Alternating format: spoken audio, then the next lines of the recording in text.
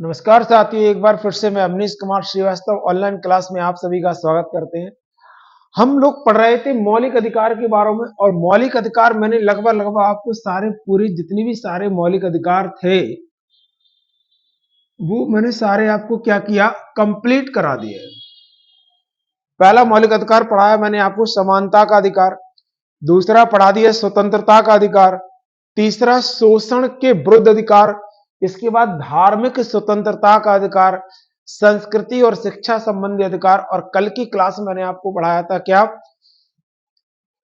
संवैधानिक उपचारों का अधिकार, जिसके अंतर्गत मैंने आपको बताया था कि यदि किसी भी मौलिक अधिकार का उल्लंघन होता है तो भारत का जो सुप्रीम कोर्ट है वो क्या करता है, इस मौलिक अधिकारों के संरक्षण के लिए 5 प्रकार की रिट क्या करता है, जारी करता है।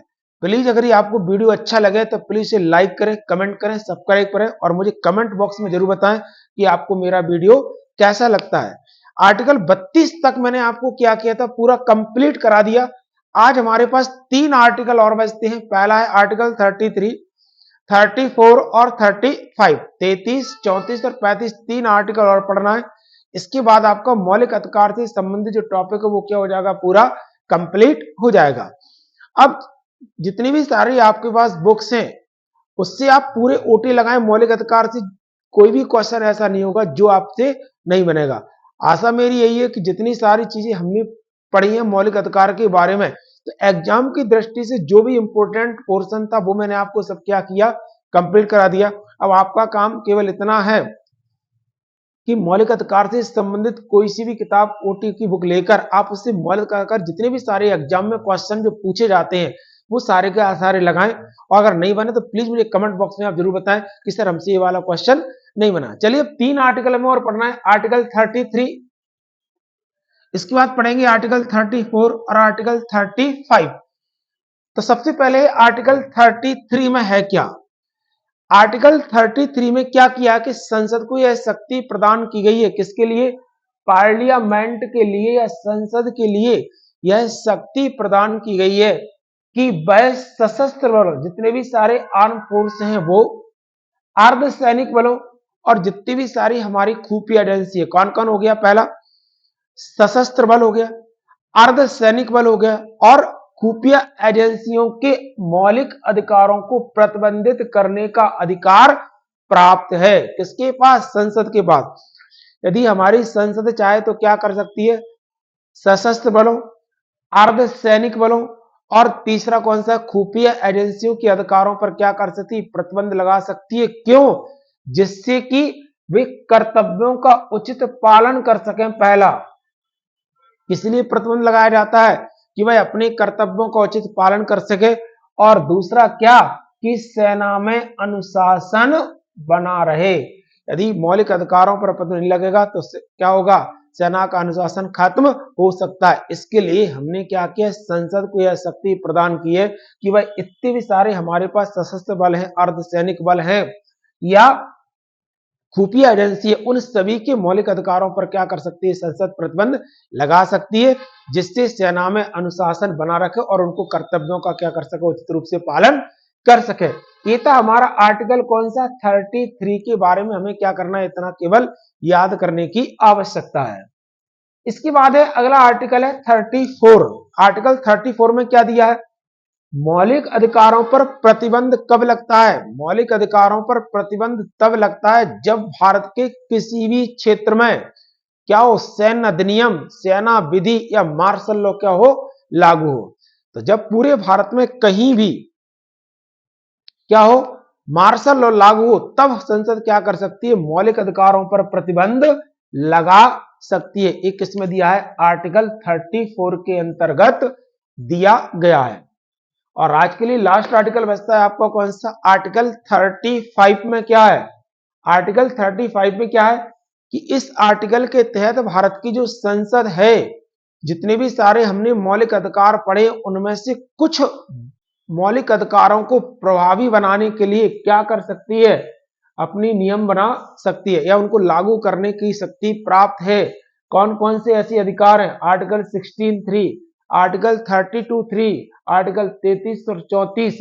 को प्रभावी रूप से लागू करने की जो शक्ति है वो किसके पास है? संसद के पास प्राप्त है।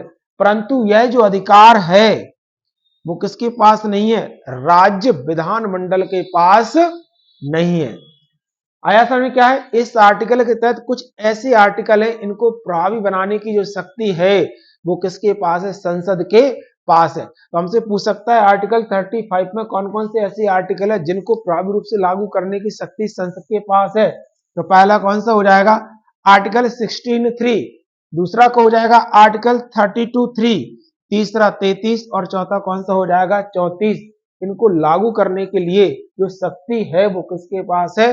भारत की संसद के पास प्राप्त है। तो प्री की दृष्टि से जितना भी सारा इंपॉर्टेंट था वो मैंने आपको सब करा दिया। अब कुछ ऐसी चीजें जो मौलिक अधिकारों से अधिकतर आपके एग्जाम में पूछती है। क्या पूछेगा कि यदि भारत में आर्टिकल 352 लागू किया गया, क्या किया गया? 352 में है क्या, पहले हमें पता होना चाहिए। आर्टिकल 352 के तहत क्या करता है? राष्ट्रपति आपातकाल की क्या करता है? घोषणा करता है।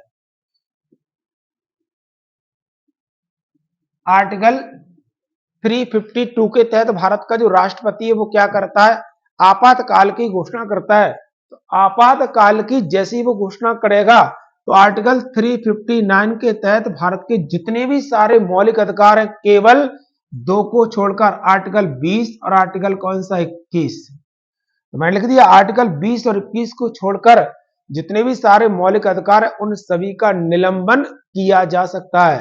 तो क्वेश्चन हमसे यही पूछते हैं एग्जाम में, ऐसे कौन कौन से आर्टिकल या कौन कौन सी अधिकार है जिनका निलंबन किसी भी स्थिति में नहीं हो सकता, चाहे कुछ भी हो जाए। तो वो कौन सा आर्टिकल था? एक तो आपका आर्टिकल था कौन सा? 20 और दूसरा कौन सा था? 21। मैंने आपको बताया था कि आर्टिकल 20 में क्या था? अपराधों की दोष सिद्धि के संबंध में संरक्षण प्राप्त था, जिसके तहत कोई व्यक्ति यदि अपराध करता है उसे 3 प्रकार के संरक्षण प्रदान दिए थे। आर्टिकल 21 में मैंने आपको क्या बताया था? प्राण एवं दैहिक स्वतंत्रता का जो अधिकार था वो किसमें है? आर्टिकल 21 में। तो इन दो अधिकारों को छोड़कर जितने भी सारे मौलिक अधिकार हैं उनका निलंबन किया सकता है और दो का नहीं किया सकता है। यदि हमसे पूछे ऐसे कौन कौन से अधिकार हैं जो केवल भारतीय नागरिकों को प्राप्त हैं, तो आर्टिकल 15, आर्टिकल 16, आर्टिकल 29 और आर्टिकल 30। तो 15, 16, 29 और 30 के तहत जितने भी सारे प्राप्त मौलिक अधिकार हैं वो केवल भारतीय नागरिकों को प्राप्त है। अन्य जितने भी सारे अधिकार हैं वो भारतीय नागरिकों को तो प्राप्त है ही, साथ साथ विदेशी नागरिकों को भी क्या है? प्राप्त है। तो आज हमारा मौलिक अधिकार से संबंधित जितना भी सारा पार्ट था वो आपको कंप्लीट हो गया।